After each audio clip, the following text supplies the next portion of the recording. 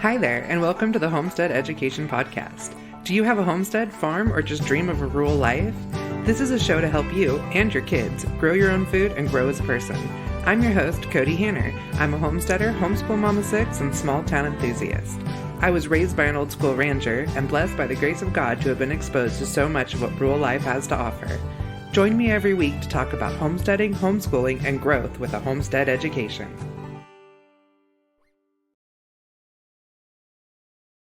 Hi, everyone. Today I have Tina Hollenbeck from the Homeschool Resource Roadmap.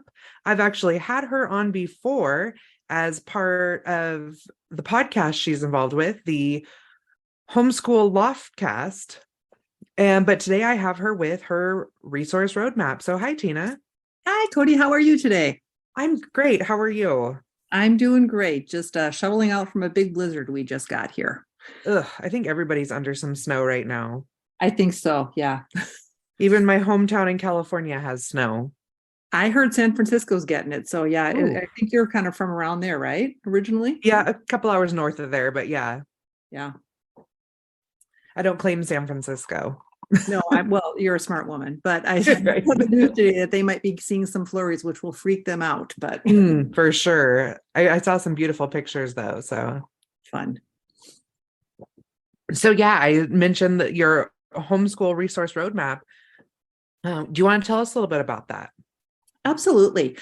So the Homeschool Resource Roadmap is a curriculum database, obviously for homeschoolers, though private schools can use it because the whole thing is free to use. Nice. I've even had public school educators look at it if they were looking for curriculum. That wasn't my intention, but hey, whatever. Right. It started, I actually was thinking about this the other day, obviously preparing to talk with you. I'm heading up on my 10-year anniversary. I launched what became the roadmap on March 8th, 2013. And I didn't really have any intention to launch a big curriculum database at that time. I can tell you why it started and how, but what it has become is a one-stop place for homeschoolers to see all the curriculum that's available for them in every single subject area. And then it lists curricula by different parameters. So what is its position on Common Core? What ages is it for? What worldview, religious perspective does it have? How is it delivered? Is it print? Is it online? Are there free parts of it? And I basically do that in different charts that homeschoolers can access. Their PDF charts, so you can download them or just look at them online. Oh, that's convenient. Yeah, and the whole thing is free. That I love. Exactly. I mean, there's one part where someone, because you can go look, and you would do this, Kody, you would be like, I'm looking for elementary math, and you're going to have fun looking at the literally 800 some elementary math curricula that are out there. Great. And those are company names. Those are not book titles. Those are company names. And you'd have fun with that, but some parents get really overwhelmed with that. And so a few years ago, I started a service where if you don't want to look through all the lists yourself, you can pay me a small fee to do that for you. And then I'll write up a curriculum report. But that's incredibly handy. Yeah. And so that's a service that, is a paid thing, but you don't have to use it. Like I said, anybody who wants to can just go on to any of the charts and look around for themselves and go down however many rabbit holes they want to and find stuff for their kids. Oh, I know. I would completely geek out looking at all of those. I actually, before we came on, I went and found myself just to, make sure I had you accurately. No, it had my old name, but still, I only went to the Common Core one. Yes, I am actually in the process of doing a major update. And since I know that you had changed your name after we talked last time, it will be changed. I'll upload the new files. Oh, that's awesome. Yeah, that it just made more sense. I was going off my old website name that was all about home cooking, and now I'm all about education. So absolutely. So yeah, so we'll get that changed pretty soon. So yeah, no worries. I'm sure people will still find me. My old name is still floating around out there. Absolutely. Once on the internet, it's always there. Yeah, I did my domain change almost 2 months ago, and I'm still trying to figure it all out on my back end website stuff. So yeah, it's crazy. So part of this is that you assess whether or not they're involved in Common Core. What made you start that process? Well, that was actually how the roadmap got going. And Oh, it wasn't intended to be the Homeschool Resource Roadmap. It wasn't intended to be a curriculum database. But in March of 2013, back up just a little bit, Common Core standards had come into existence in 2009, and they started being used in schools, public schools, in 2010. oh my gosh, has it been that long already? Has been, yeah. And I'm a former public school teacher and just an interested taxpayer. So even though I was home homeschooling my kids at that time, when my friends who were in the public schools started talking about this, and just as a taxpayer, I'm like, what is this? Right. I started paying attention in 2009, 2010. And I remember thinking, well, I homeschool. It doesn't matter. It doesn't affect me.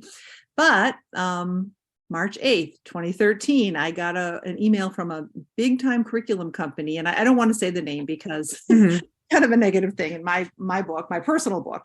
Well, and a lot of them, to be able to continue to sell in private schools that get government funding, sometimes their hands are tied. So, right. So there's, I know the reasons, but there was a big company that is very well known that sent, and I had used their curriculum, but I had recently stopped using it. But like you said, you're trying to figure out your back end. I was still on the email list. Anyway, I got their email blast saying, we have just published our new revisions and they're all aligned with Common Core. Ugh. And I know I just about lost my lunch, and I thought, what's going on? Oh no. And of course, a lot of my friends were still using the curriculum or knew about it. And of course, word spread like wildfire over the internet. And people are like, what's this? And so I found myself explaining Common Core to my friends who didn't really know what it was. And then most of them really were very concerned. And kind of what it ended up to be was not so much, a lot of people are concerned about the actual methods and approaches, but part of it became, what if every single homeschool curriculum company aligns with Common Core and we don't want it? What will we do? So even if we set aside, the merits or problems. And then that very same week, there was another big name curriculum company that posted that they weren't going to change their content for Common Core, but they were going to refer to it when they made future revisions. And that was weird. To this day, I still don't get what they mean by that exactly, but that was their statement. It's on their website to this day. There's a curriculum that I use. I'll say it. It's the 4-H curriculum. Oh, yeah. And, those are government funded, but they provide something different, and they don't follow Common Core, but they do cite it so that it's so that if teachers want to, find a project that meets that piece that they're supposed to teach, right, they can search it that way, which, again, I'm like, I see it and I'm like, ew, I don't even want to see this. But in my line of work, the 4-H curriculums are very important. Right. And so as I developed things, I actually made different categories for that reason, because some companies were created using Common Core in whatever subject, and then there's next generation science standards, which are kind of Common Core for science. Some were, no, we're not changing like 4-H, but we're going to map out our correlations, right? So as I developed this, I ended up wanting to distinguish, because it's not the same, and different things mean different things to different people, right? So if you don't want to use an aligned curriculum, but you're willing to use something that just maps it out, that's a different thing. So, but anyway, so as the second company kind of announced with big fanfare, the freak out became even more. And then everybody, so we ended up forming a discussion group on Facebook, because that's what you do, right? And everybody was very freaked out. They're like, well, if this company's Common Core, then that one is. And I saw something on their website that must mean they're Common Core. And I thought, I'm a no drama mama. I can't stand the thought of assumptions and all of this. So as I'm talking them off the cliff, I said, well, somebody's got to actually start asking these companies their position. And then of course the next thing was, okay, Tina, you do that, and then we'll blacklist the ones that are Common Core. Oh no. Like, no, I personally am opposed to Common Core. I personally chose not to use it with my children, but I also believe in parental rights. That's right up there with my advocacy for homeschooling. Is you're the parents, you have the right to choose what you want to use with your own children. Absolutely. And I thought, trying to blacklist people, that just contributes to the negativity in the virtual world. I don't want to be part of that. So what I started doing in 2013 was sending an email, which I hoped sounded neutral, and you've received it, so hopefully it does. that just says, hey, homeschoolers, this is an issue that's important to us, just the same as, what's your worldview, all these other different things. Can you tell me, how are you dealing with Common Core? And I'm going to put that information out there for homeschoolers to know about.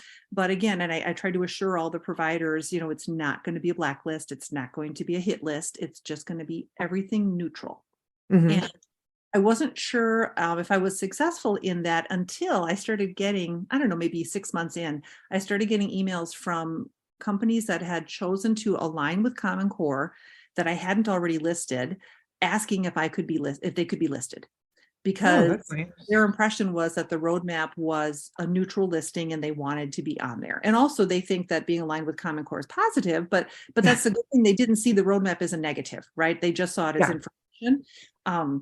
And so I'm actually really proud of that. Again, I have my personal views, but my goal was so that homeschoolers were so busy, right? And if you do a Google search for a math or a spelling curriculum, you're only going to get the companies that have the money to pay for ads. And I just really wanted everything to be out there. So I didn't want some providers to feel like they couldn't be on there because, it's going to be this hit list thing, like I said. Well, and then you have to deal with the states that require, which we had talked about this on the other podcast I did with you, the states that require such detailed stuff. Sometimes it is easier for parents to follow a roadmap. Right. Yeah. I mean, thankfully, there is no homeschool law that requires Common Core, which is amazing. That's good. Yeah. I mean, obviously, if there are people using online charters that have taxpayer funds, that's a different thing, and I know states have different rules about whether that's called homeschooling. It's that loophole to be able to have that freedom without totally having the freedom. Right. But, and I think, it's been out there so long, I don't foresee any state legislature suddenly 13 years later saying, let's mandate Common Core for homeschoolers. It's so old at this point, but so the information is out there, and it's kind of funny because I started sending out these letters and I thought, well, there's a lot more companies than I think. So I'm probably going to have to send like 300 emails, but I'll do it, 10 years later, we are at, and not counting the ones that have gone defunct in the meantime, because I update it all the time and I make sure that the companies that no longer exist are not there. As of today, there are 5,600 and some companies on the roadmap. That is amazing. Isn't it insane? I mean, I'm a capitalist, but it's kind of crazy. Right? No, but I love it because there are so many more options. It's like you said, the freedom to teach our kids how we want. And when there's only, 100 companies monopolizing that entire, I don't even know, the field. Yeah. It's right back to almost the public school system when there's only one option for teaching your kids.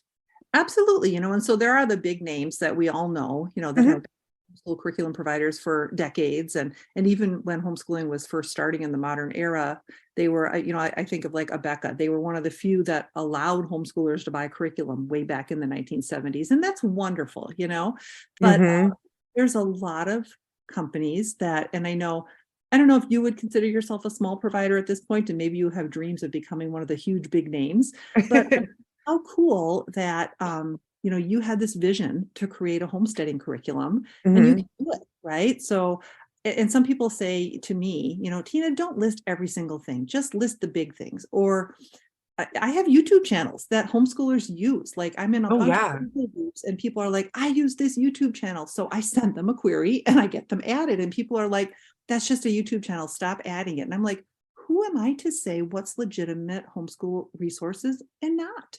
Well, and if they're promoting themselves as a resource, or if they have gotten so much notoriety that a large following of homeschoolers are using them, then I think it's important to know where they stand. Right. And even so, and even if you take out the Common Core piece, so what happened after a couple of years in, and we maybe had 1,000 companies, are like, well, this is great, Tina, but I don't know which ones have spelling for my 10-year-old.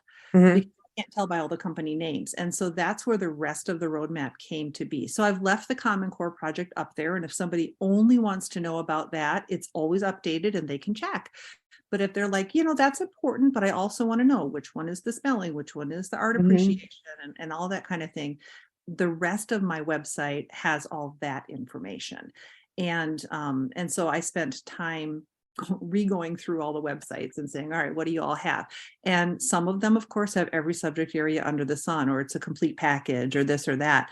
But some of the smaller companies are like, here, I have a I don't know, a sewing curriculum. And that's all they do, and it's a mom and a pop thing, and it's part of their family income, and it's wonderful. So I've been able to distinguish and help everybody see what's out there for all the different subject areas too. Oh, that's great. So I guess this is kind of moving backwards at this point, but I don't know that I even know some of this. What would you, not really sure how I want to word it, but what is your interpretation of Common Core for maybe families that aren't as familiar with it because it hasn't been such a big deal the last few years? Right. I guess it's not a big deal because people are used to it, right? It's and I'm going to speak again personally, I'm opposed to it. But so it's kind of like that frog that got stuck in the pot of water, cold water, and then the heat got turned up and it gets boiled to death, but it doesn't know it, right? So you know what? I have shirts and tumblers that say Chicken Math, Homestead, Common Core.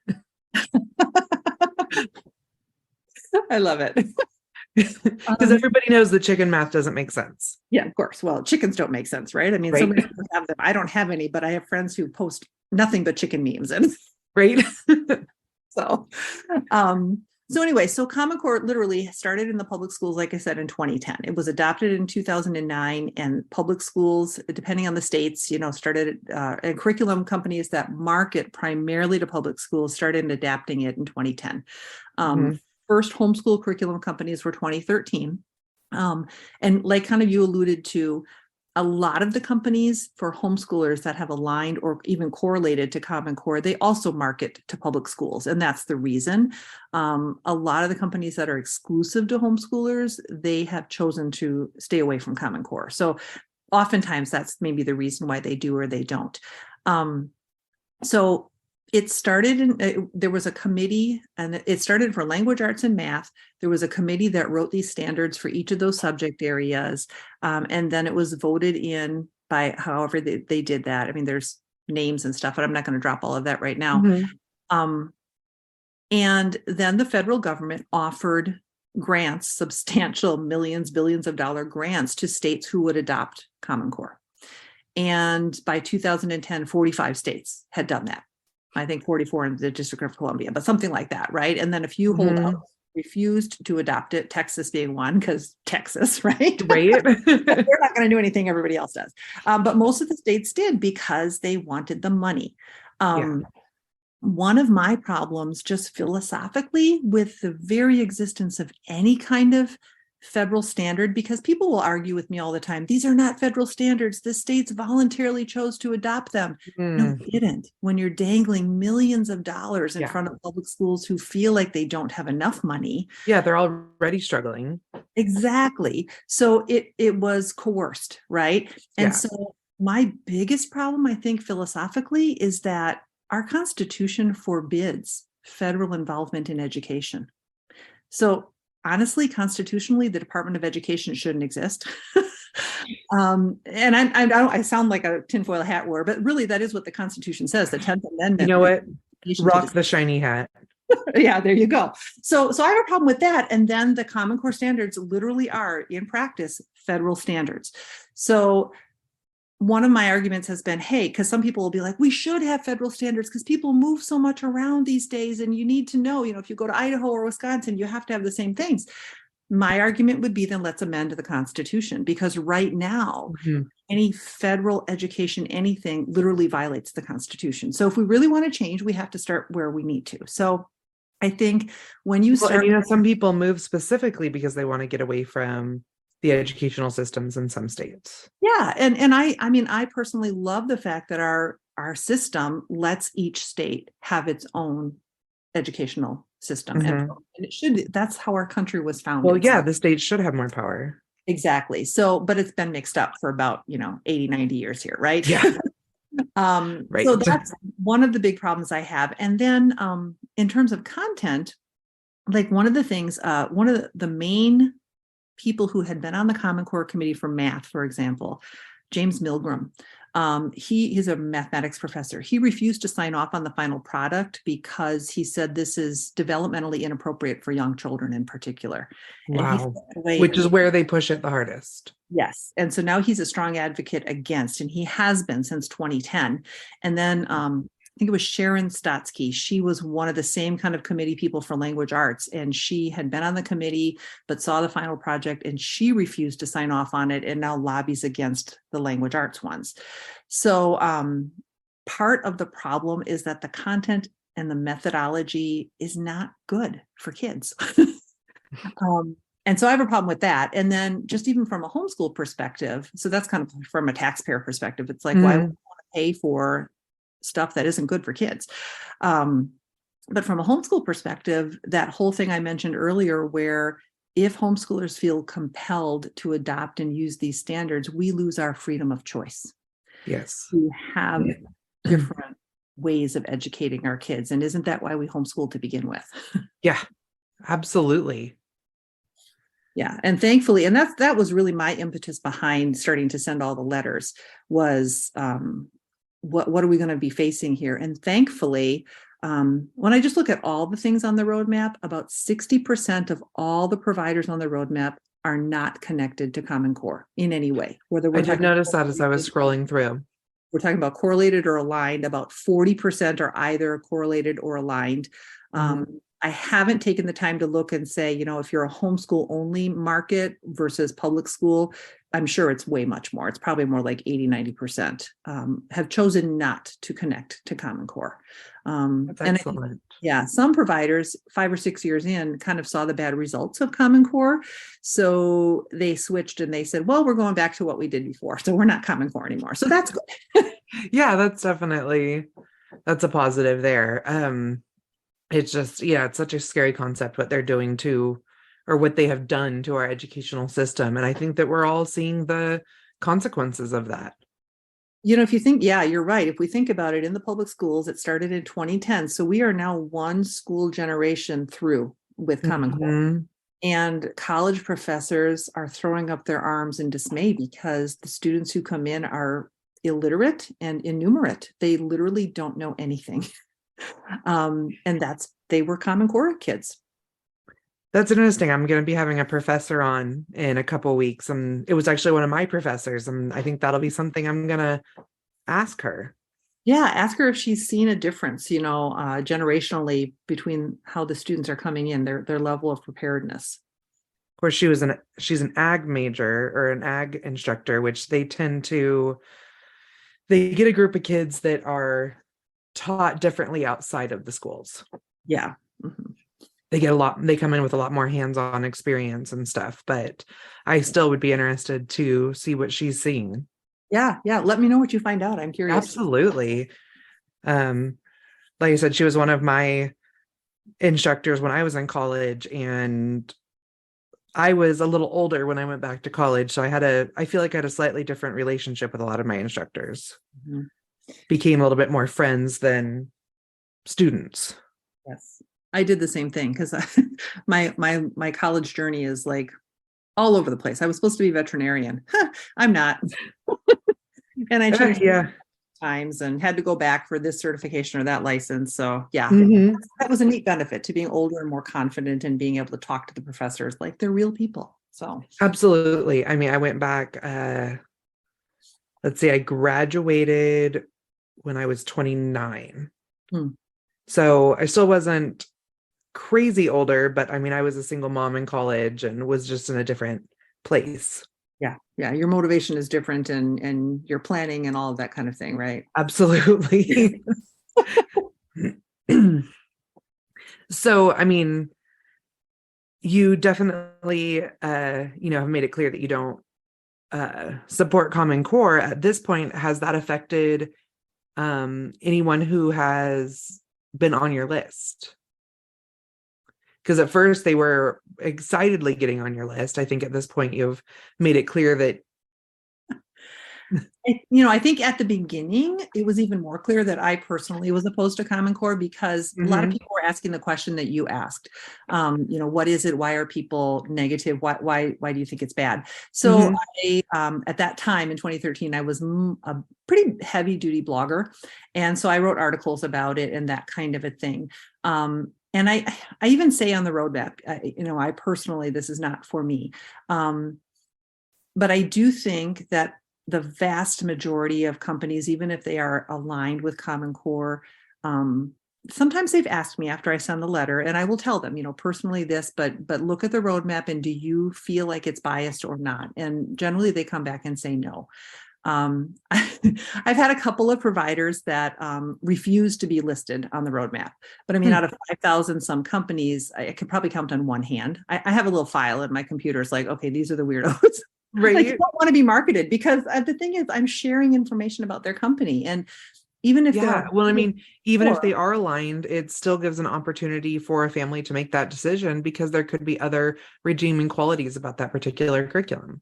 Yeah. And if they're aligned because they think that standards are good and there's a good reason for them to be aligned with them, they should shout it, from the rooftops, just be bold. I mean, stand behind your choices and decisions. Whatever they are, right? And but I've had a couple companies that have said, no, you may not list me at all.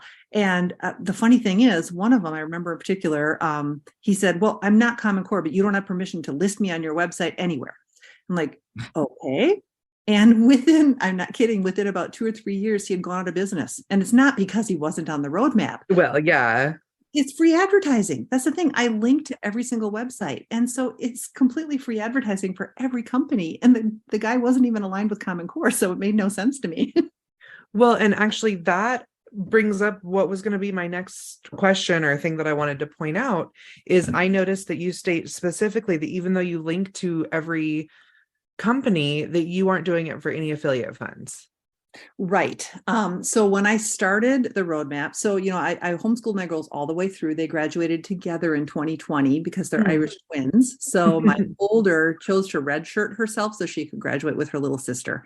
That's nice. I know. They were born in 2001, 2002. I quit my public school teaching job at that time. And people can say what they want about teacher salaries, but my husband has a similar degree to myself, a bachelor's without anything else. And we lost over half our income when I quit my job and the benefits. So, I mean, it is what it is. But at that time, it's like, all right, what can we do to have some extra income? And so when I started homeschooling, I did become an affiliate to a whole bunch of companies to try to draw a little income in. But I felt really strongly convicted when I started the roadmap to cut those affiliate links off so that nobody could think that I was trying to promote one curriculum over another. So even if you go to my website and you click on, I used All About Spelling. I love All About Spelling. I right. For All About Spelling, but I do not use any affiliate links for All About Spelling on the roadmap because, again, I want people to feel like, all 200 spelling options are just as legit as the next one. Yeah. I actually, the reason I noticed that is this morning when I was going over your website to make sure I was ready for our conversation, I thought, hey, she contacted me and put me on there and I didn't offer her an affiliate link. I need to do that. And then I went and looked and I said, oh, she doesn't do that. But I mean, that's nice, Well, and maybe I'll get back to blogging and I can do some affiliate linking that way. But it just struck me that, I don't want someone to question my integrity because I think that, personally speaking for me, I feel like my personal integrity is one of the most valuable things that I have. And it's hard enough when I stand against something that a lot of people think is great. So the last thing I need to know, someone finding a skeleton in my closet somewhere. So. Well, I think we all have them to some extent. So have them, but in relation to the roadmap, I didn't want anything there. Right. I kind of laugh at this day and age with the internet. I mean, if you have skeletons, it's because you were better at keeping secrets before the internet came out. So exactly. I don't think anyone can have skeletons anymore. No, absolutely not. So, and that's why I said I can't hide my personal position about Common Core because it's out there. And I feel like, so when someone asks me, what curriculum to use or this or that, or if they mention a particular curriculum that I know is aligned with Common Core, I will ask them, would you like my personal opinion about that? Or do you just want information about the resource? Because I'm willing to do both. And it cuts even beyond Common Core. I'm a Christian, but I list every single resource on the roadmap, no matter what worldview perspective the author or the creator of that program either holds personally or they put into their curriculum. And I just list it there as information.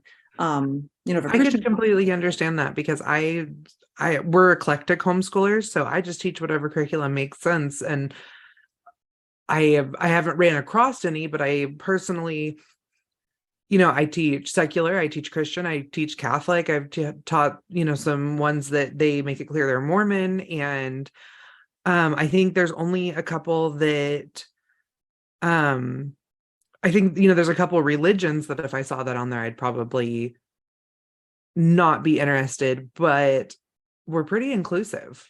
Right. Well, and the cool thing too about the roadmap is, there are, let's say, for example, there are literally Muslim homeschoolers in America these days. There's not a lot of Muslim material specifically, but there's a couple.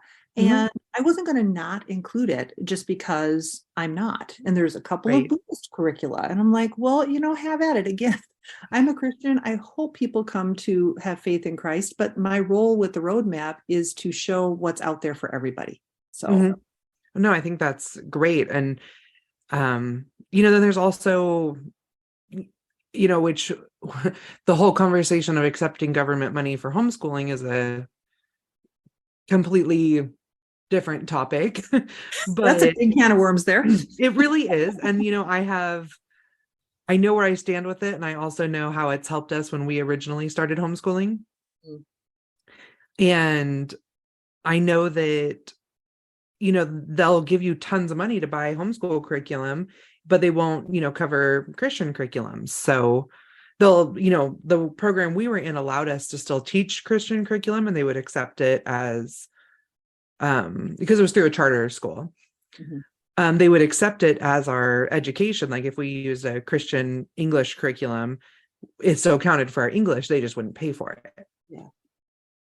Yeah. And that is a big can of worms, because kind of like Common Core, the idea is, if everybody gets their curriculum paid for, will the Christian curricula be able to maintain an audience? Yeah. And that's a big question. And, now, like I said, when we originally started homeschooling, we went through a charter. And I think if you're choosing to go through a charter, like that's kind of where you stand with that. That the government still be involved. You're still technically public schooling, but for some families, for us, we were scared. We didn't know what homeschooling was. We had no intention of ever homeschooling our kids. Yeah. It wasn't even a conversation. And then when it became the conversation, we needed help. And I mean, we had no clue where to even start. We didn't know the laws. We didn't know anything. And even though it was only 7 or 8 years ago, there still wasn't the resources out there that there is now, or that we didn't know there was the resources that there are now. Yeah. And so having a charter program like that for a couple of years was really, it was a huge catalyst for us to be able to start homeschooling, have someone guide us through those first couple of years. And I'm appreciative for it, but I would never go back to a program like that. Right now, you know too much, right? You're too eclectic, and right? Exactly. But for families that maybe they don't know if that's what they want to do, and so, well, let's try homeschooling for a year and do it through a program like that, it's much easier to integrate your kids back into a regular public school program. But if you know that this is what you're wanting to do, pull them, get them out, get as far away from it as possible, Yeah. Well, and to your point and your experience, I think it's fine as long as a family acknowledges and realizes, like you said, if you're in a charter, your kids are counted as public school students. I think few rare exceptions. I think Alaska and California have part of their homeschool law where if you take the government funds, they do have a category in their law that calls you homeschoolers, right? The other states don't. You're a public school student in a different way. And I'm okay with that. If a family says this is our choice and this is what we're doing, they can certainly use the roadmap and all of that. Where I get a little bit concerned is where families in those programs say, I am homeschooling because my kids are at home. I don't care what the law says. I'm like, but the law does govern Uh-huh. the things, and we don't want to blur that line, and I was I was part of a homeschool group here in my community for my girls' whole lives that does not allow the virtual public school families to join the homeschool group. Mhm. And there's a lot of animosity among virtual virtual school families about that. Mhm. And I understand, but what I tried I do want to clarify the program we were in was not a virtual program. It was not like a K-12 type program. okay, yeah, It was a group of homeschool families who needed that loophole. And they hired a teacher who got us funding through a public school district. Yeah. And we still taught whatever we wanted. Right. And there's all kinds of iterations of it, right? Uh-huh. But here, there's a little form we have to fill out in Wisconsin. And so the group decided for various reasons to say you have to submit your copy of your form to be a member of the group. And of course that did, on the surface, that looks really biased and really bigoted. And Right. it looks bad, right? And Mhm. so try to explain to the families. So some of the people in the group were like, just love it, like it or lump it, we don't care. But I tried to explain to the families that were in those public school programs, said it's not about you. It really, really isn't. You've got your kids at home. You're doing what you feel called to do. It's great. But the issue is the government funding. So if this private homeschool group had allowed the government funding that these other families were getting to come into the group, it really could have caused the homeschool group to be audited and to have regulation and all of that. So what I've tried to tell people is when you see a homeschool group that says if you're in a charter program you can't join, it's not because we think you're bad parents. It's just because the government is the government. Right. And it's a hard choice as a provider now on my end of it, because there are a couple of programs that are state programs that provide funding. Yeah. I have opted, I am only a vendor for the Idaho one. Specifically so because this one it was leftover COVID money that they said, hey, any parents, homeschooled or public schooled, can get these extra funds to buy whatever you want to assist in education. To make up for the time that the kids weren't in school. Right. You can. So I opted to do that one, but I don't touch any of the others because I was like, well, let me do what I can for my local people who want to be able to buy this. Sure. But beyond that, I was like, I'm staying out of it after these funds are gone. Yeah. It is a tough call because there's a lot of money in it. And if you're a homeschool curriculum provider trying to make sure you stay afloat, I understand the temptation. I do. Like you're weighing the pros and cons and you made your decision. So I think that's wise because the more we let the government under the tent, right. There's always going to be repercussions down the line, even if it looks good now. And that's the problem. It shouldn't be that way, but it is. I actually worry more about the families where they're going to come back and be like, okay, now you have to prove what you did. And, for me, if they are like, well, we can't, accept you anymore because you don't align or something, then I'd be like, okay, great. You don't accept me anymore, And good for you. Good for you. I mean, that's what we have to do. We have to stand on our own convictions. This is where I really feel like I have to be and trust that it will work out for your family, for your business, and not get wishy-washy. I feel really bad for some families at a conference I was just at where it was a new conference for our area that is really supporting a lot of new homeschoolers. Yeah. Because our area has, not only our state has the best homeschooling laws, our area is kind of a hotbed of homeschoolers. I mean, in my county, 40% of the kids homeschool. Wow. And that doesn't include the Mennonite families that have like a homeschool hybrid program through their church. Sure. So, but I mean, that's all, like almost all my neighbors homeschool. My kids play with kids, homeschooled, public schooled, and, Mennonite kids. Yeah. And so it's such a great community to raise our kids in.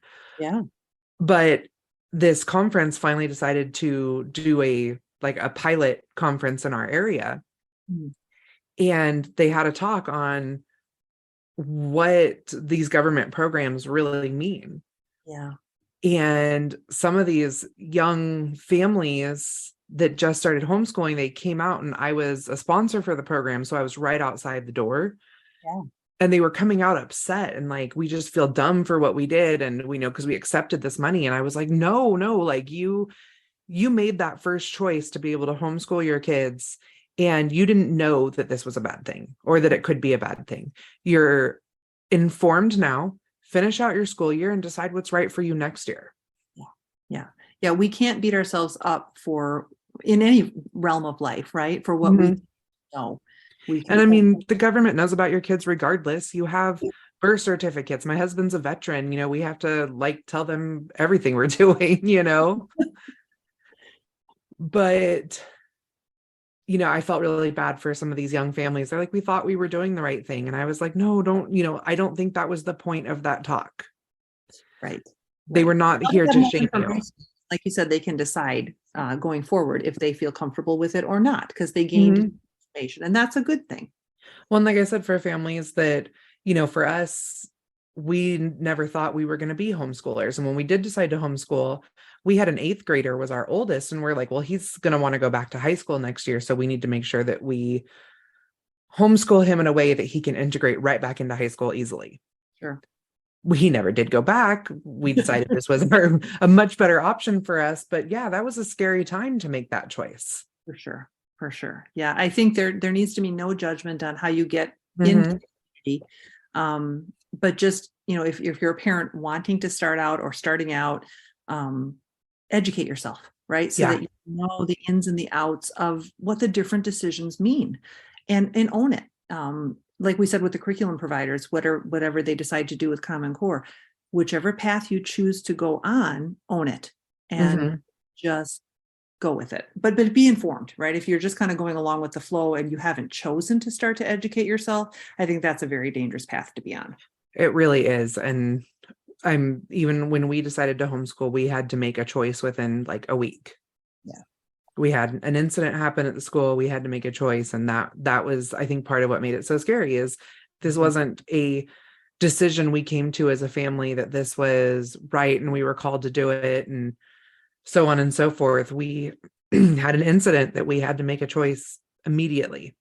Yeah. Well, and COVID did that for so many, right? In 2020. Absolutely. And if they muscled through March to May, they might have had the summer to think about it, but not really, because they didn't know what the schools were going to do with the policies until August. So, and people still don't, they don't put it out there what the homeschool laws are. Right. So when you try to sit down and talk with, your children's teachers or the administrators and say, hey, I think this might be the best choice for my kids, they're going to make it sound really scary. Oh, you have to turn in a letter letting us know that you're making the choice to pull them out. And it feels very, it's a scary, like I had an autistic son. And so, well, I still have an autistic son, but he was, I didn't sell him or anything, but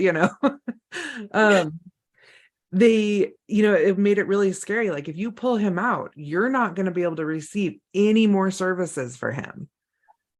And that's just not the truth. Like if you're a homeschool family, you can go to your pediatrician and say, hey, my kid needs speech therapy. And they're going to get you a speech therapist. You don't have to do it through the school, but they lead you to believe that you have to, but it's just one program that has you do it through the school. Yeah. And that's interesting. So I was a public school teacher for 9 years before my kids were born. And I feel like that was my mission field for that time of my life, before my husband and I had kids. And it was 9 years. I just went through the teacher training program. I didn't think anything of it. I now know that the fact that teacher training program is pretty biased, but I didn't realize it at the time. So what I think about public school teachers when you talk to them about homeschooling is you've got a subset of them that knows what homeschooling is all about. They probably do know the homeschool law and how much freedom we have, and they're ideologues for the public system, and they're going to do everything they can to scare you away from homeschooling. There is a subset of those people. Oh, yeah. But a lot of them just don't know about homeschooling. Because their wheelhouse is public school information, knowledge, laws, rules, and they have never thought about the fact that there could be anything different than the rules and the laws that they operate under. So they're well-meaning, they're just ill-informed. but they still tell you scary things because they don't know any better. I mean, I almost wish like before your kids turn 5 or something that, the pediatrician handed you out like a flyer on what are all your schooling options. Wouldn't that be nice if they could be like non-biased and just throw you the information? Yeah. Like I don't, maybe that's like, should be a mission to somebody, is to be reaching these families before they just assume what their next step is. Yeah. Because I do feel like there are a lot more options for schooling your kids in this day and age, whether even if homeschooling isn't your option, there's publics, there's charters, there's online programs. Of course, we're having the conversation about keeping the government out of it, but I do think it's important that families know that there's other options. Mm-hmm, mm-hmm. Yeah, they have to know everything so they can make a wise, well-informed choice. Mm-hmm. And I think that would be a good one to try and reach those younger families with younger kids before they just assume that they have to choose the one option. Absolutely. Right. So as we're coming to the end of our time, you've gotten this question before, but let's see if you get, let's see if you have a new one. Okay. I have a different hat on today. Ooh. So what does keep growing mean to you? Okay. Ironically, it means the roadmap never stops growing. I mean, because seriously, I sent out 5 new letters yesterday. Oh, wow. I look at the homeschool convention exhibitor websites. I can't go to all the homeschool conventions, but every spring, as the conventions come up, I look at their exhibitor lists and I send out new letters. I haven't yet done that for this year. I'm always a little scared because I think, I've got everybody. There's like a dozen. No, there's like hundreds. Oh, goodness. So the roadmap keeps growing. Homeschool curriculum options keep growing. I think overall that's a good thing. It means, and if I got paid for this, I'd be a millionaire because it never stops, right? But I do think having the options, having the choice, being able to see so many people. And again, when I found out about your curriculum, I thought, how cool is that? I wish I still had homeschooled kids and I would homeschool better. I might just buy it for my own information because I have an infant grandson and maybe we'll do stuff in my backyard. Oh goodness, you should. Yeah, so that's cool. So I love seeing, by knowing all the curriculum providers, I love seeing the creativity. I love seeing the initiative. I love seeing the growth in all these people who, like you, are starting out with new, interesting products and ways of doing things.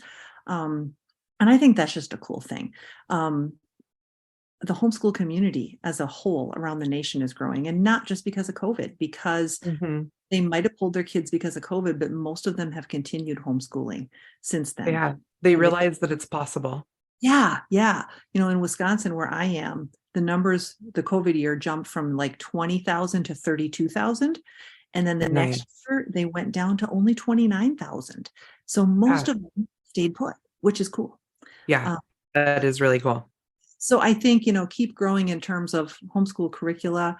Just know that there's always going to be something out there. So if something you're using now isn't working, look at the roadmap and find something else because it's there. That's why we're eclectic homeschoolers, because I absolutely love just teaching to my kids and what their interests are. Right. And that's what it's all about. It's not about teaching the curriculum. It's about teaching to the children and finding appropriate tools that will work for each one. Well, that's great. Well, thank you so much for joining me. And I will link the Homeschool Resource Roadmap in the show notes. Make sure you guys go check that out. And if you feel overwhelmed, Tina has other options for you. Thank you so much for coming on today. Well, thanks for having me. It's been a blast. Thank you for joining me today at the Homestead Education, and I hope that I have given you something to think about this week. To help others find me, please comment and leave a review on your favorite podcast player. You can also follow me on Facebook at the Homestead Education and Instagram at Homestead_education. Do you have questions that you would like answered or just want to say hi? Please email me at hello@thehomesteadeducation.com. Until next time, keep growing.